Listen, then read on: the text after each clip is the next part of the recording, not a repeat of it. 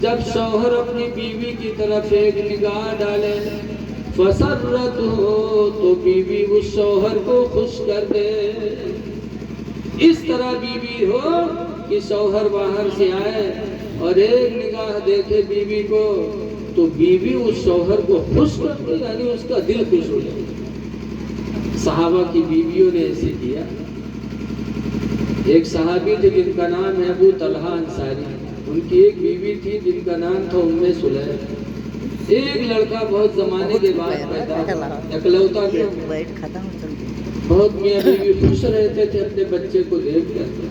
اللہ کی مرضی کی اس بچے کو نیمونیا کی بیماری ہو گئی. سانس اکھڑ کے چلنے لگے. ابو طلحہ غریب صحابی تھے. صبح روزی کمانے کے لیے نکلنے لگے تو بچے کی حالت بہت نازک. اب کھڑے ہیں دروازے پر، سوچ رہے ہیں کہ جائیں کہ نہ جائیں. نہیں جاؤں گا تو روزی کیسے آئے گی، اور اگر جاؤں گا تو خدا جانے بچے کی حالت نازک ہے، کہیں دم نہ توڑ دوں. دروازے پہ کھڑے سوچ رہے ہیں، لیکن غریبی نے ان کو روزی کمانے پہ مجبور کر دیا. ابو طلحہ انصاری روزی کمانے چلے گئے. بہت غریب تھے.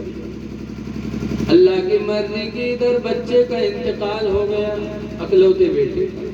اب ان کی بیوی ام سلیم کشمکش میں بیٹھی رو رہی.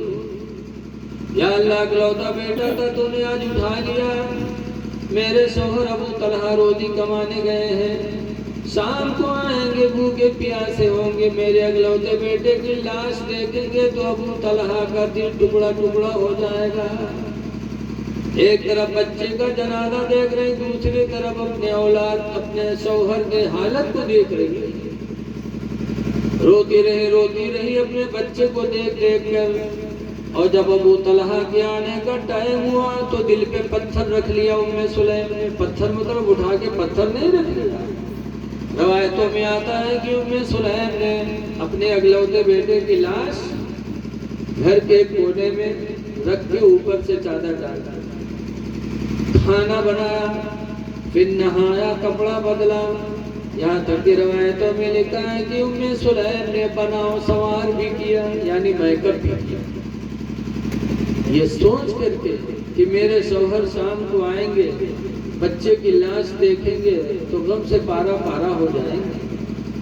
اس لیے ابو طلحہ کی بیوی نے بناؤ سوار کر لیا. اس طرح بن سنور گئی کہ لگتا ہے کہ گھر میں کوئی خوشی کا ماحول ہے، اس لیے کہ میرے شوہر جان نہ پائے. روایتوں میں آتا ہے کہ شام کو جب ابو طلحہ واپس آئے، جیسے دروازے پر قدم رکھا، السلام علیکم یا ام سلیم کیف الغلام. سلام کے بعد پوچھتے ہیں ام سلیم بچہ کیسا ہے. آتے آتے پوچھتے ہیں کیف الغلام، بچہ کیسا ہے.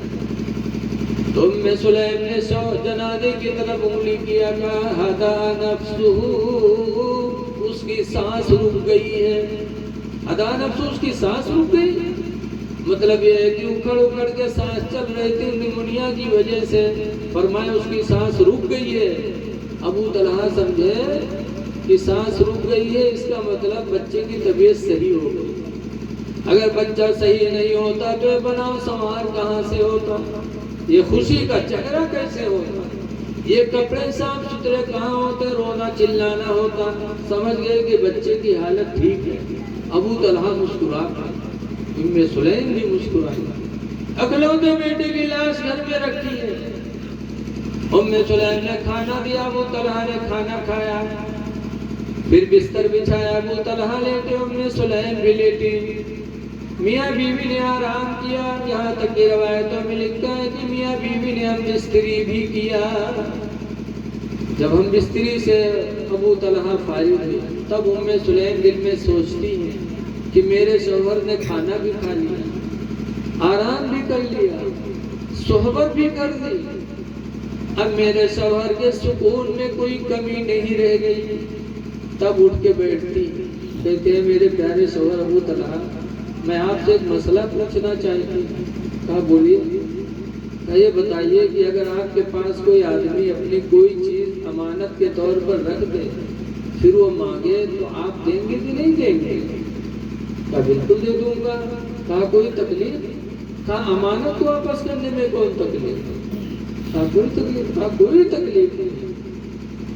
تو ام سلیم کہتے میرے پیارے شوہر ابو طلحہ جو مسئلہ بتا رہے ہو اگر یہ مسئلہ صحیح ہے تو سنو، اللہ تعالیٰ نے ہم کو تم کو اپنی ایک امانت دی تھی، اکلوتا بیٹا دیا تھا، یہ بیٹا خدا کی امانت تھی، آج اللہ نے اپنی امانت واپس لے لی، بچے کا انتقال ہو گیا، جنازہ رکھا ہوا ہے۔